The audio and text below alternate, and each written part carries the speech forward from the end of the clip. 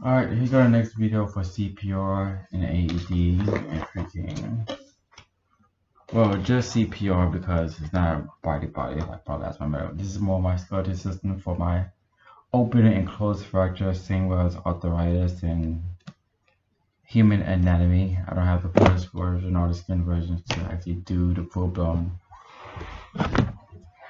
burn victim, splint victim, strain, sprain, the missing have a item piercing the skin or a stab wound or anything like that.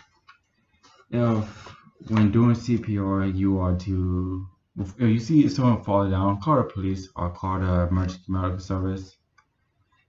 Check your environment, make sure it is safe before you come in and get medical service. If it's an adult, call first, then come in. If it's a child, then do first, then call in.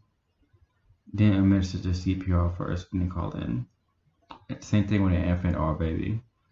The next step is once you come up to the victim, you scan the area, everything's safe. You look at the victim, there's no fractures, no snakes, none of that stuff.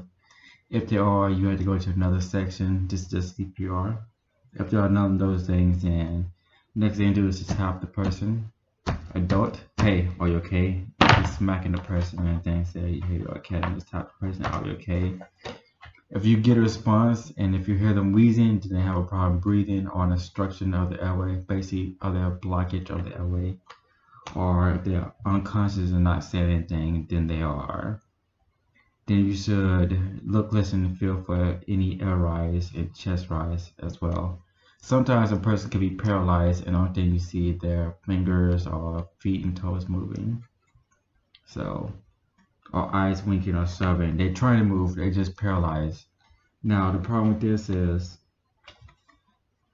they could have a neck injury where if you move them in any way, like do the head tip, chin head tip method, which is the finger on the chin and the thumb on the crane of the forehead for the adult, or a child is the top of the forehead, or a baby, you don't tilt the head all the way back.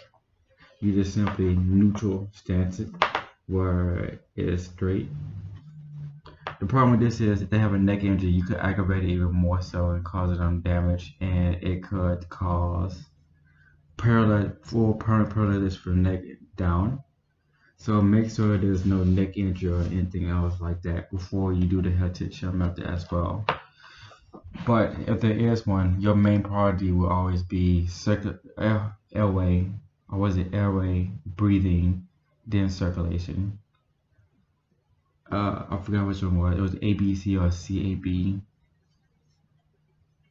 But if it's a neck injury, you are to brace the head and the body where it's injured, locate the injury. If the injury is a vertical injury, then you are to horizontally split the neck where it's you have the lower jaw moving where you can breathe air. But if it's a vertical injury, you are to horizontal the neck, and then you are to give them airway that way. But if there are no injury, you can do the head tip melted and look at the throat, look and listen, see, feel, blah blah blah. Look at the chest rise, make sure the thorax is rising up and down. Hear breathing or wheezing or feel air coming out. If none of those are head to chip melted, you can use a face mask or whatever to not touch their lips and stuff like that. Or you can use one of those laser-filtered airways or airway bag assisters if you need help with those. Or if you don't have those, then you got no choice but to pierce their nose for children up to adults. And if it's an adult, you do it with your lungs. If it's a child, you do it with your diaphragm. If it's an infant, you do it with your cheeks. So you are not allowed to use your full lung first on a baby. So you know that ahead of time.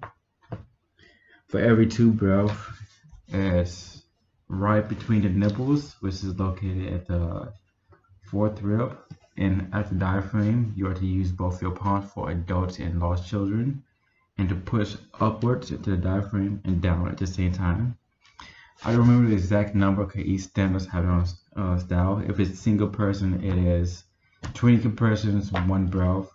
If it is 2 person, it is 50 compressions and 2 breath. If it's an infant child, it is 10 compressions and 2 breaths. Or if it's an infant, it is the finger, 10 compressions and 5 breaths. So that's pretty much it for CPR.